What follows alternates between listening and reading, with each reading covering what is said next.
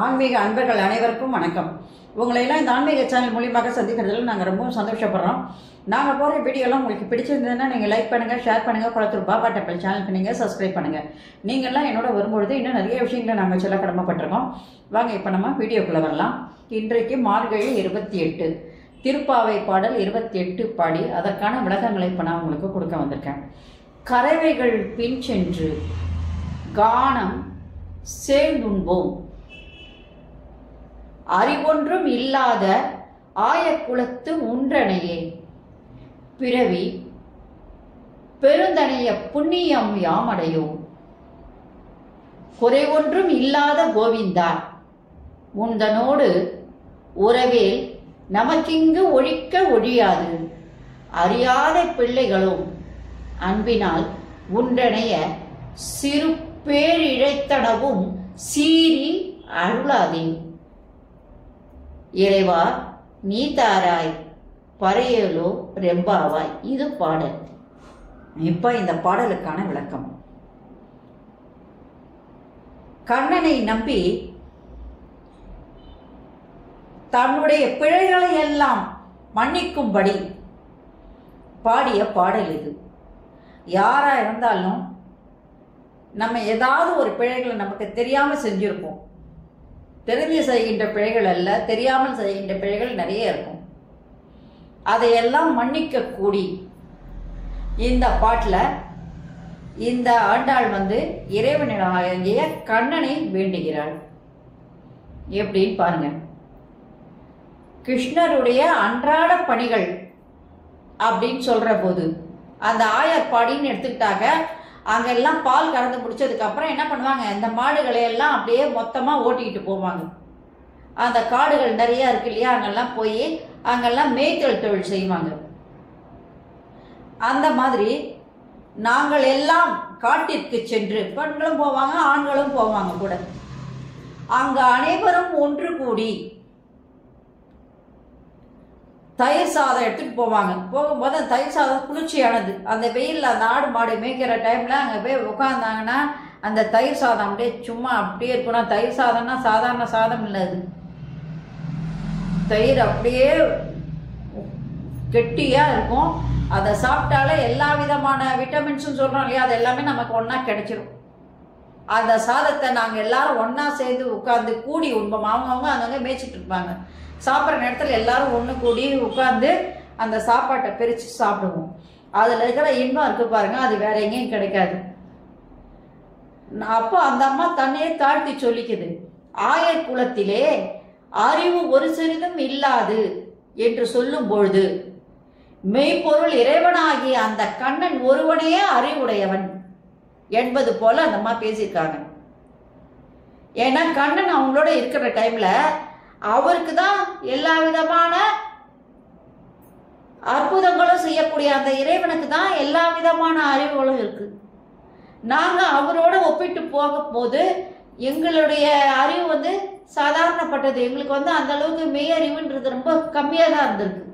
ஏன்னு கேட்டீங்கன்னா, உன்னை பிள்ளையாக பெருமளவுக்கு புண்ணியத்தை உன்வரவால் நாங்கள் பெற்றோம். இந்த ஆயர்பாடியிலே நீ ஒரு குழந்தையா வளர்ந்துகிட்டு இருக்க. நீ வளர வளர நாங்களும் உங்களோட சேர்ந்து என்ன பண்றோம், உன்னை நாங்க பார்த்து பார்த்து வளர்ந்துகிட்டு இருக்கோம். நாங்களும் வளரும் போது நீயும் வளர்ந்து கொண்டே வருகிறாய். ஆனா நான் உன்னை சின்ன குழந்தையில இருந்து பார்த்துக்கிட்டே வரோம். அப்ப உன்னை தலைவனாக நாங்கள் பெற்ற போது எங்களுக்கு எந்த குறையுமே கிடையாது. உன்னை நாங்கள் தலைவனா என்னைக்கு அடைஞ்சிட்டோமோ அன்னைக்கு குறையன்றதே கிடையாது. எங்களுக்கு எல்லாமே தேவையான அளவுக்கு கிடைப்பதற்கு நீ வழிவகை செஞ்சிருக்க. அதனால இந்த பிறவியில உன்னோடு நாங்கள் இருக்கின்ற உறவு என்றுமே அழிக்க முடியாத ஒன்று, யாராலும் அழிக்க முடியாது. ஏன்னா கிடைத்தற்கரிய பெரும் பேரு நீ.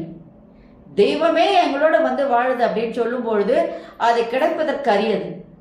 அதனால இந்த உறவு, உன்னோடு நாங்கள் கொண்ட உறவானது யாராலும் பிரித்து பார்க்க முடியாது, அதை அழிக்கவும் முடியாது என்ன என்று சொல்லி நாங்கள் எல்லாம் சிறு பிள்ளைகளாக இருக்கின்றோம். உன்னோடு பார்க்கும்போது வயசுல பெரியவங்களாலாம் இருக்காங்க. ஆனா எல்லாருமே உன்னோடு ஒப்பிட்டு பார்க்கும்போது எல்லாரும் சின்னவங்களா தான் இருக்கிறாங்க அப்படின்னு சொல்றாங்க. அதனால பாடும்போதும் சரி, பேசும்போதும் சரி, உன்னை மரியாதை இல்லாது நாங்கள் பேசிவிட்டோம். எப்படி பேசுறாங்க? டே கண்ணா இங்க வாடா அப்படின்னு கூப்பிடுவாங்க. ஏய் நீ ரொம்ப தப்பு பண்றடா, வாடா போடா என்று அந்த இறைவனோட என்ன பண்றாங்க? உறவில் ஒன்றாக கலந்திருக்கின்றார்கள். அப்போ கோவிந்தா, டே கோவிந்தா இங்க வா, கோபாலா இங்க வா, மதுசூதனா இங்க வா அப்படின்னு சொல்லும் பொழுது என்ன பண்ணிருக்க நீ அப்படின்னு அவரை கண்டிக்கும் போதும் சரி, இல்லை அவரை பாட்டில் பாடும்போதும் சரி, மாலே மணிவண்ணா அப்படின்னு சொல்லி பாடும்போதும் சரி, நாங்கள் உன்னை ஒரு தெய்வத்தினுடைய நிலையிலிருந்து உன்னை பார்க்காது, பிழைகள் பல செய்து விட்டோம், பேசும்போது பல பிழைகளை செய்திருக்கிறோம், உன்னை அதட்டி என்ன பண்றோம்? வேலை வாங்கியிருக்கோம், மிரட்டி வேலை வாங்கியிருக்கோம். ஆனா இதெல்லாம் நாங்க நீ தெய்வம் என்பதை எங்களுக்கு நீ உணர்த்தாத போது, எங்கள் அறிவுக்கு அது எட்டாத போது நாங்கள் பெரும் பிழைகளை செய்து விட்டோம். எங்களை நீ முதலில் மன்னிக்க வேண்டும். நீ பரம்பொருள் என்பதை உணராது சிறு பெயரிட்டு உன் பெருமை அறியாது தவறு செய்து விட்டோம். எங்களை மன்னித்து நீ ஏற்றுக்கொள்ள வேண்டும். நாங்கள் பிழை செஞ்சிருக்கோன்றது உனக்கு நல்லா தெரியும். அதையெல்லாம் இப்ப நீ என்ன பண்ணணும்? மன்னிச்சிடணும். மன்னிச்சுட்டு எங்களை எல்லாம் ஏற்றுக்கொள்ள வேண்டும். நாங்கள் விரும்பியதை எங்களுக்கு கொடுத்து நீ அருள் புரிய வேண்டும். நாங்கள் இப்ப என்ன பண்ணிருக்கோம்? உன்னையே சரணாகதி என்று அடைந்து விட்டோம். நீ இல்லாம நாங்க இல்லை. உன்னோடு வாழ்ந்த காலம் எங்களுக்கு குறையில்லாத காலம். இது பிரிக்க முடியாத, யாராலையும் பிரித்து பார்க்க முடியாத, பிரிக்க முடியாத ஒரு உறவு. அந்த உறவுக்குள்ள நம்ம வந்துட்டோம். அதனால நாங்க பிழை செய்திருந்தால் அதை நீங்கள் மன்னித்தருள வேண்டும் என்று கேட்கின்றார். ஒரு ராஜா இருக்கான். அவனுக்கு ஒரு சின்ன குழந்தை. அந்த குழந்தைய நெஞ்சு மேல வச்சா அந்த நெஞ்சு மேல அது என்ன பண்ண எட்டி எட்டி எட்டி உதைக்கும், தலைமுடியை பிடிச்சி இழுக்கும். அதனால அந்த குழந்தையை கண்டிப்பாங்களா? கண்டிப்பா செய்ய மாட்டா. ஏன்னா குழந்தை அறியாமல் செய்த தவறுகள். அது போன்று இறைவன் முன்பு ஆயர்பாடி மக்கள் செய்த பிழைகள் எல்லாம் அறியாத தெரியாமல் செய்கின்ற பிழைகள். அதையெல்லாம் கடவுள் எப்படி ஏத்துப்பாருன்னு கேட்டீங்கன்னா, இந்த ராஜா அந்த குழந்தை உதைக்கும் போது இன்னும் உதன்னு சொல்லுவார் இல்லையா? அப்ப அந்த நெஞ்சு மேல அந்த குழந்தை உதைச்சுக்கிட்டே இருக்கும், அது சிரிக்கும். அப்போ இவரும் என்ன பண்ணுவார்? கூட சேர்ந்து சிரிப்பார். அந்த மன்னனை நெஞ்சால் உதைக்கின்ற அந்த ஒரு இது அந்த குழந்தைக்கு உண்டு. அப்போ அந்த குழந்தை அவர் எதிரியா பார்க்க போறது இல்லை, குழந்தையை குழந்தையாக பாவிக்கின்றார். அது போன்றுதான் நீங்க தெய்வமாகிய நீ, கண்ணனாகிய நீ எங்களை மன்னித்து இந்த உறவை நீ என்ன பண்ணணும்? இன்னும் நீ வலிமை உடையதாக மாற்ற வேண்டும் என்று கூறி ஆண்டாள் விண்ணப்பம் வைக்கிறார் கண்ணனிடம். எல்லாத்திலையும் பாருங்க, அந்த அம்மா ஆயர்பாடி பெண்ணாகவே மாறிடுறாங்க. இறைவனிடம் சரணாகதி அடைஞ்சிட்டாங்க. எல்லாருமே சரணாகதி என்று சொல்லும் பொழுது இறைவன் அனைவருக்கும் ஒன்றுதான். கடவுள் நம்மை ஏற்றுக்கொள்வார், அவரோட நம்மையும் தான் அணைத்துக் கொள்வார் என்பதுதான் கருத்து. சரி, இப்போ இந்த பாடலுடைய சிறப்புன்னு பார்க்கலாம். ஆயர்பாடி என்றாலே கறவை மாடுகள் நிச்சயமாக இருக்கும். அந்த கறவை மாடு தான் நமக்கு நினைவுக்கே வரும். ஆயர்பாடின்னு சொன்னா மாடுகள் தான், பெரிய பெரிய மாடுகள் தான் நம்ம நினைவுக்கு வரும். அந்த கறவை பசுகளை காட்டிற்கு ஓட்டி சென்று அங்கு கலந்து உண்போம் அப்படின்னு சொல்றாங்க அந்த அம்மா. கலந்து உண்போம் என்னன்னா, கறவைகள் பின்சென்று கானம் சேர்ந்து உண்போம். அப்ப அந்த சேர்ந்து சாப்பிட்றதுல ஒரு தனி சந்தோஷம்தான். எல்லா வேலைகளையும் முடிச்சுட்டு எல்லாரும் ஒன்னா உட்காந்து சாப்பிடும் போது அந்த சந்தோஷம் எப்பவுமே நமக்கு கிடைக்காது, மறுபடியும் கிடைக்காது. அது மாதிரிதான் அங்க சொல்றாங்க. அந்த இன்பம் ரொம்பவும் பெரிய இன்பம். கலந்து உண்மை எல்லாரும் கொண்டு வந்த சாப்பாடுகளை பிரிச்சு மொத்தமா உட்காந்து சாப்பிட்றாங்க. உன்னை பிள்ளையாக பெறும் பொழுது பெரும் அளவிற்கு புண்ணியம் செய்தவர்கள் நாங்கள்.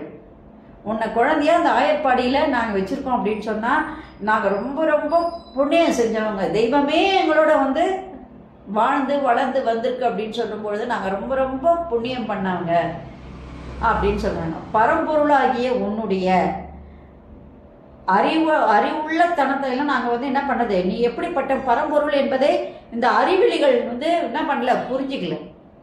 அதனால நாங்கள் ஏகாபோகமாக கோவிந்தா, கோபாலா, கண்ணா அப்படின்லாம் உன்னை வந்து என்ன பண்ணோம், பேர் சொல்லி நாங்கள் கூப்பிட்டுருக்கோம். பரம்பொருளே இறைவா அப்படின்னு சொல்லி கூப்பிட்றதுக்கு எல்லாமே இப்படிலாம் கூப்பிட்டுருக்கோம். ஆனால் எங்களுக்குள்ள உறவு என்றுமே யாராலும் அழிக்க முடியாத ஒன்று. அன்பினால் உன்னை யார் வேணாலும் என்ன பண்ணலாம், உன்னை அன்பினால் நாங்கள் பாடும் பொழுது பேசும்போதும் உங்கள்கிட்ட நாங்கள் வந்து உன்னை சிறு பெயரிட்டு கூப்பிடும் பொழுதும், மணிவண்ணா, கோவிந்தா, கண்ணா என்று சின்ன சின்ன பெயர்களில் கூப்பிடும் போதும் பல பிழைகளை நாங்கள் செஞ்சுருக்கோம். நீங்கள் எங்கள் மீது கோபம் கொள்ள வேண்டாம். அதற்கு பதிலாக உன்னையே சரணாகதி என்று அடைந்த எங்களை நீ மன்னித்து ஏற்றுக்கொண்டு எங்கள் குறைகளை எல்லாம் நீங்கள் தீர்க்க வேண்டும் என்று ஆண்டாள் பாடுவதாக இப்பாடல் அமைது. என்னன்னா, இக்காலத்தில் உள்ள நமக்கு பக்திக்கு மட்டுமே இறைவன் கட்டுப்படுவான் என்ற உண்மை வந்து, அந்த அன்பு ஒன்றே இறைவனோடு நம்மை வந்து ஒன்று சேர்க்கக்கூடியது. நாம் இறைவனை நெருங்கும் பொழுது நாம் அதை வந்து உணர்வதற்கான வாய்ப்புகள் ஏற்படும். அப்படிங்கிறதும் இந்த பாட்டில் இறைவனோடு அவர்கள் ஒன்று சேர்ந்து ஒவ்வொரு நாளும் இறைவனுடைய லீலைகள் எல்லாம் நேரில் பார்த்துருக்காங்க அப்படின்னு சொல்லும் பொழுது, அந்த ஆயர்பாடி மக்கள் உண்மையிலேயே மிக மிக மிக பேறு பெற்றவர்கள். அன்றும் சரி இன்றும் சரி அந்த ஆயர்பாடி என்று சொல்லும் பொழுது அது புண்ணியம் நிறைந்த பூமி என்று தான் சொல்ல வேண்டும். நன்றி, வணக்கம். இந்த வீடியோ உங்களுக்கு பிடிச்சிருந்ததுன்னா நீங்கள் லைக் பண்ணுங்கள், ஷேர் பண்ணுங்கள். குளத்தூர் பாபா டெம்பிள் சேனலுக்கு நீங்கள் சப்ஸ்கிரைப் பண்ணுங்கள். நீங்கள்லாம் என்னோட வரும்பொழுது இன்னும் நிறைய விஷயங்களை நான் சொல்ல கடமைப்பட்டிருக்கேன். நாளைக்கு நான் வந்து 29வது பாடலை பாடி அதற்கான விளக்கங்களை சொல்ல வரேன். நன்றி, வணக்கம். Subscribe to my channel and please press the bell icon for more videos.